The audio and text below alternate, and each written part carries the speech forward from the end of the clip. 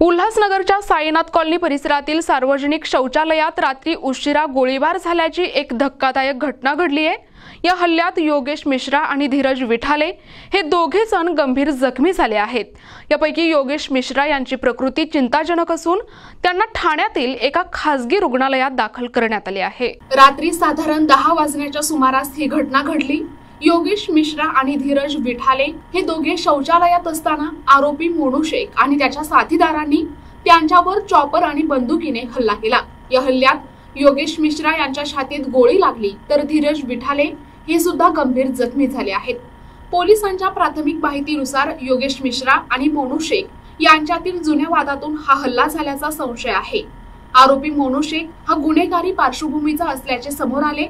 गणेशोत्सवासारख्या सणाच्या काळात ही घटना घडल्यामुळे परिसरात भीतीचे वातावरण निर्माण झाले आहे। घटनास्थळी पोलीस उपायुक्त सचिन गोरे यांनी तातडीने धाव घेतली असून या प्रकरणाचा पुढील तपास सुरू आहे।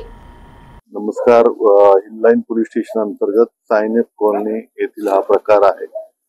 यातील जे आरोपित आहे यांचे यातील जखमीशी वाद होऊन सदरची घटना घडल्याचं निष्पन्न होत आहे। यात 2 जखमी आहेत आणि त्यांना पुढील इलाजासाठी हॉस्पिटलला पाठवण्यात आलेलं आहे। यातील जे आरोपी आहेत त्यांचे शोध घेण्याचं काम जे आहे ते हिललाईन पोलीस स्टेशन अंतर्गत तपास पथकाचे अधिकारी कर्मचारी करत आहेत। या संदर्भाने गुन्हा दाखल करण्याची प्रक्रिया सुरू आहे।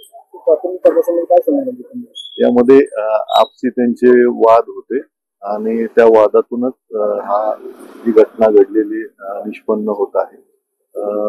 ऍक्च्युली जो आरोपी आहे तो आरोपी जो जखमी आहे त्याचा मेहुणा आहे आणि कौटुंबिक वादातूनच ही घटना घडल्याचं लक्षात येत आहे। NTV news Marathi, Ulhasnagar, Thane.